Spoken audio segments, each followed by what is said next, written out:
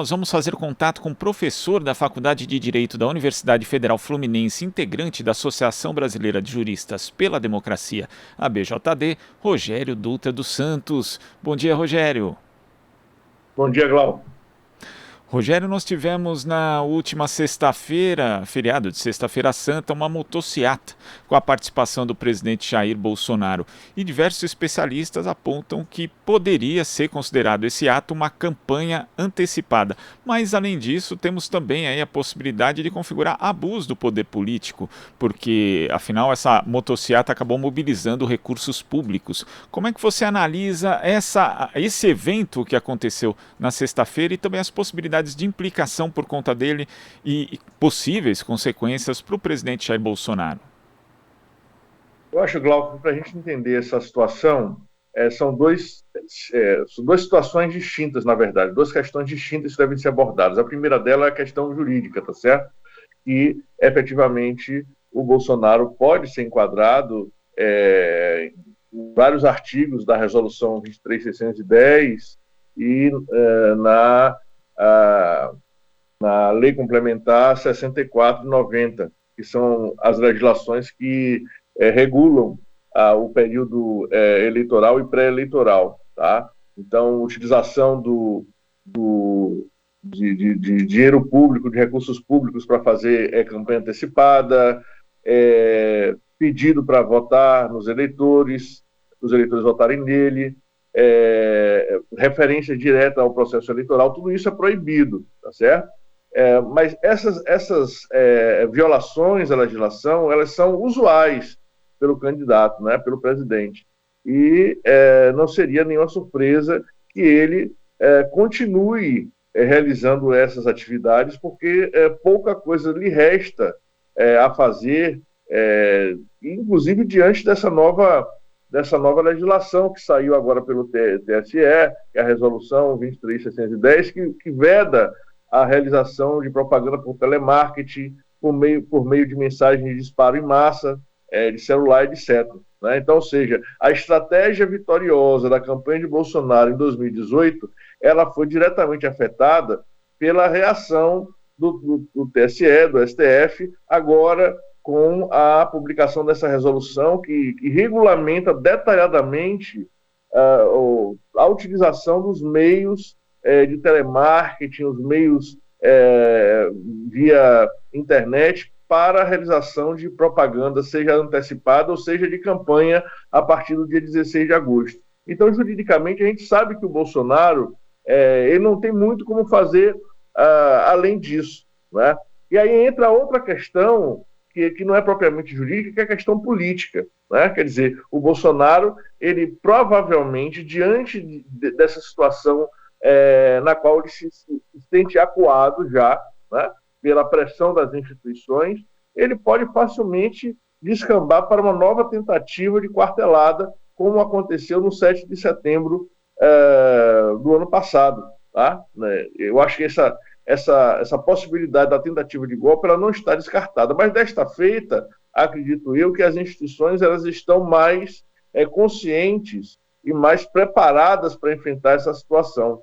Tá? Então, eu acredito que existam esses dois fatores a partir dos quais a gente tem que ler esse evento. Além de, obviamente, ser um evento eivado de ilegalidades, é um evento que mostra um pouco o desespero do Bolsonaro, porque ele não tem alternativas, ele não está encontrando alternativas legais para exercer a sua liderança e se mostrar corretamente na disputa. Né? A gente vê isso com outros candidatos fazendo atividades dentro dos limites estabelecidos pela legislação eleitoral. Não é o caso do Bolsonaro. Inclusive dentro dessa regulamentação para o uso de ferramentas, redes sociais na eleição que você menciona, Rogério, o presidente Jair Bolsonaro também atacou nesse evento o acordo feito entre o WhatsApp e o Tribunal Superior Eleitoral para que uma nova ferramenta do aplicativo que permite grupos com milhares de pessoas só comece a funcionar no Brasil após o segundo turno das eleições. Como é que você vê esse acordo dentro desse âmbito da regulamentação que você menciona e também o próprio ataque de Jair Bolsonaro ao acordo? Olha, esses acordos eles são importantes porque demonstram que a Justiça Eleitoral está realmente preocupada com essa situação, que foi a situação que permitiu, né, a eleição do Bolsonaro em 2018. Agora, é importante também, Glauco, perceber que nós, né, das esquerdas, precisamos mudar a estratégia de jogo, que é parar, seguindo inclusive a sugestão técnica da cantora Anitta, não é? Que obviamente tem um staff por trás que a orienta nas questões de propaganda, parar de ficar falando no nome do sujeito e reagir a essas tentativas desesperadas de produzir fatos, né? Chamados factoides. Então, uma das estratégias fundamentais do bolsonarismo é a produção de factoide. E nós estamos o tempo todo reagindo a isso. Então, eu acredito que seja uma mudança de estratégia importante a esquerda parar de ficar reagindo a esses factoides, né? E deixar que a justiça e os partidos políticos cuidem disso. Por quê? Porque a legislação eleitoral ela atribui como polo ativo nas demandas por né, denúncia e por reconhecimento da própria legislação os partidos políticos, os candidatos ou os pré-candidatos que estão entrando em um momento eleitoral. Então, se eu não me engano, o próprio Partido dos Trabalhadores já ingressou com uma denúncia a essas violações realizadas pelo Bolsonaro no final de semana, e assim essa questão deve ser tratada, é uma questão que deve ser enfrentada pelos tribunais. Agora, nós não podemos ficar repercutindo isso de forma a chamar a atenção exatamente para o factoide que o Bolsonaro deseja chamar a atenção, né? Então, imagino que a gente deva estar nos reunindo agora, né, os editoriais dos veículos de esquerda, para rever essas estratégias, né, para a gente não ficar como papagaio de pirata do Bolsonaro sem a menor necessidade. Eu acho que esse é um ponto importante. E o Bolsonaro reclamar do TSE é mais um recado para o seu rebanho do que propriamente um ataque direto, porque efetivamente o TSE o judiciário como um todo tem sido bastante tranquilo em relação às críticas que se fazem. Eu não sei quando são críticas efetivamente criminosas, né, como aconteceu há um tempo atrás com o então ministro da Educação, Weintraub, que dizia que tinha que prender todo mundo, botar na cadeia e tudo mais, né? Agora, no caso do Bolsonaro, está no papel dele reclamar, né, porque efetivamente é um golpe na sua estratégia. Ele vai ter que realizá-la contra a lei, que é o que provavelmente vai acontecer, né? Ele não tem outro caminho, ele não vai rodar o país fazendo palestras em todas as cidades, ou a maioria das cidades do Brasil, ele não vai rodar pelos interiores, não é esse o caminho dele. O caminho dele é se utilizar dos meios das ferramentas de comunicação de massa. É isso que ele vai fazer.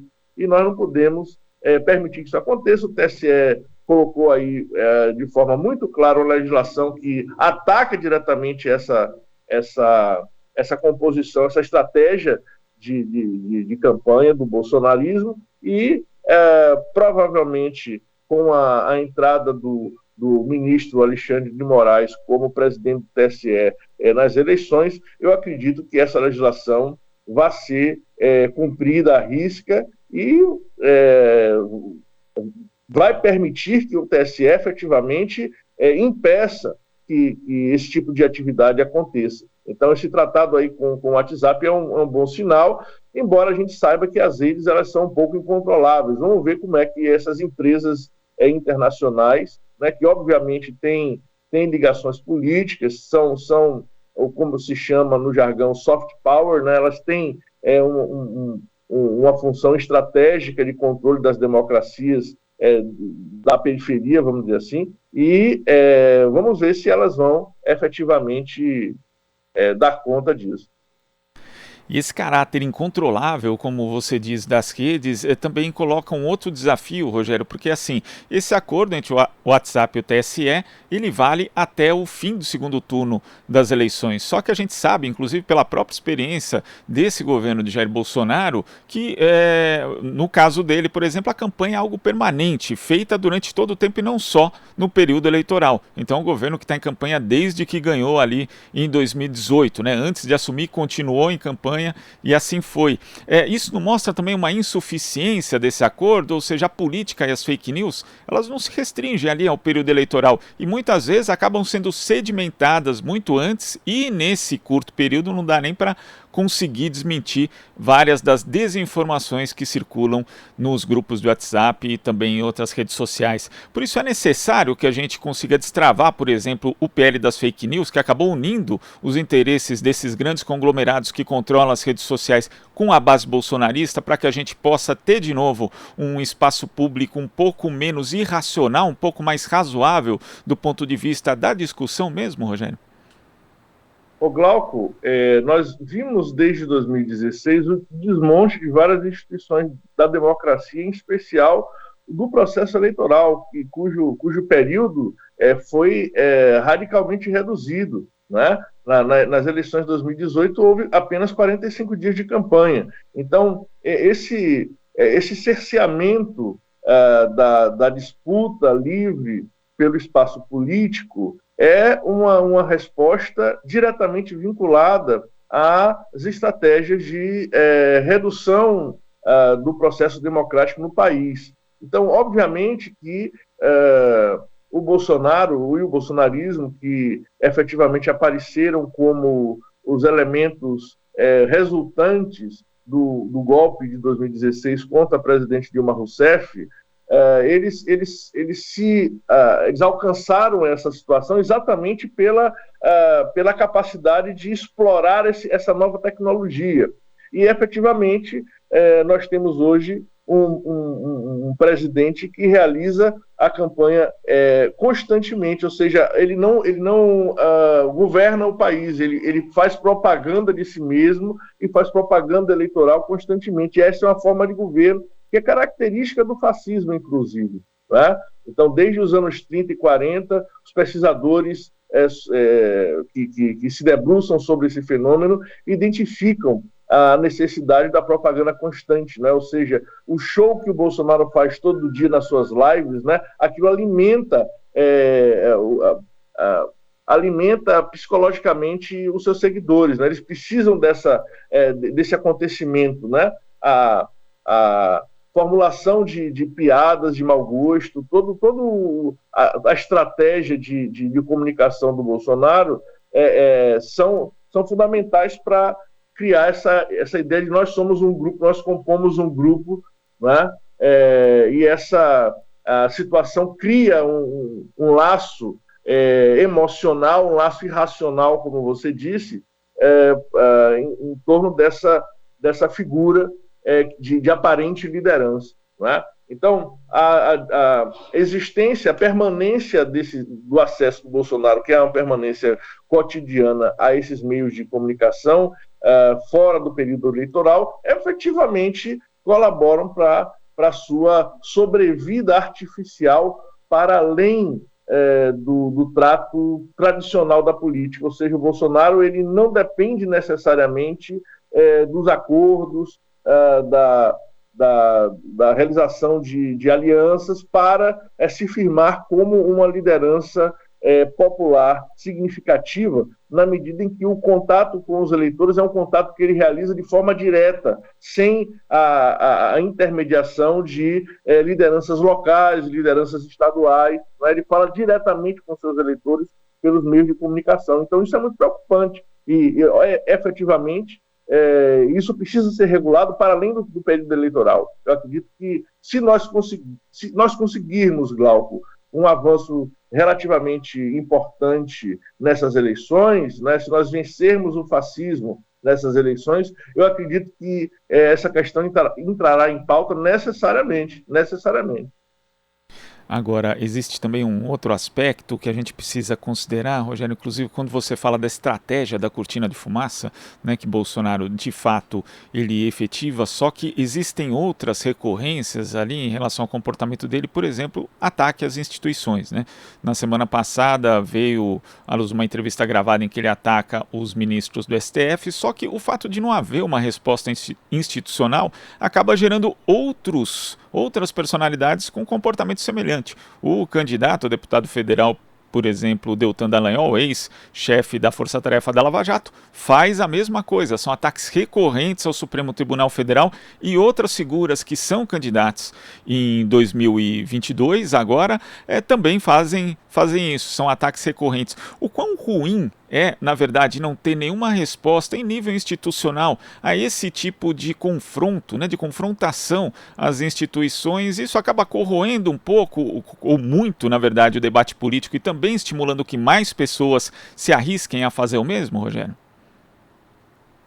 O espírito de horda do fascismo, Glauco, ele se alimenta dessas violações que se fazem verbalmente contra as instituições. Né? É a ideia da glorificação da ação em detrimento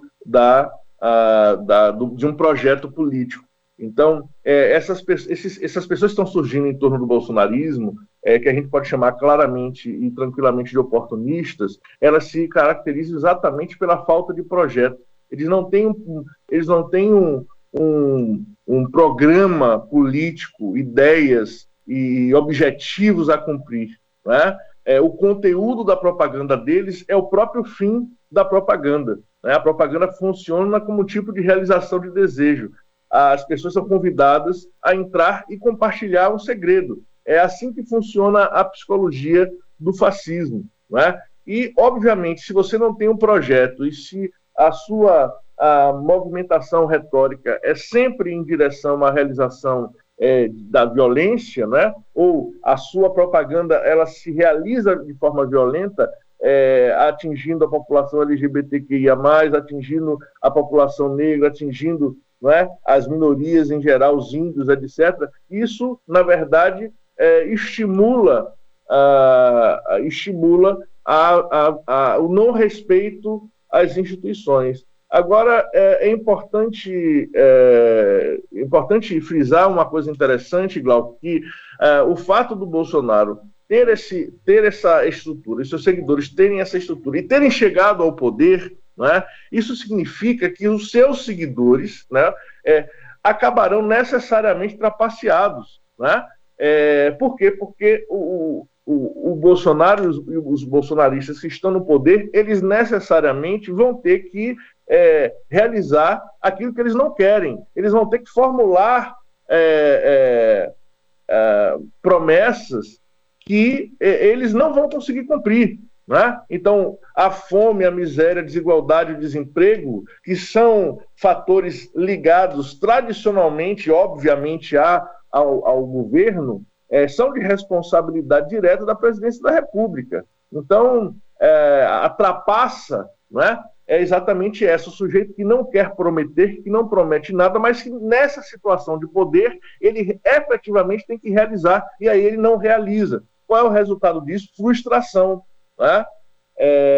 E essa frustração pode abrir os olhos de uma parcela das pessoas que estão vinculadas a esses indivíduos. E aí a gente vai saber disso agora nas eleições do final do ano, se efetivamente o véu, né, caiu, se efetivamente os olhos foram abertos diante do fato de que o bolsonarismo foi uma grande farsa, um grande golpe, né, uma grande fanfarronice que não trouxe nenhum resultado interessante para a vida dos trabalhadores, né, para a vida do povo brasileiro, muito pelo contrário. Né, o bolsonarismo, pela sua incompetência, pela sua inconsistência e pela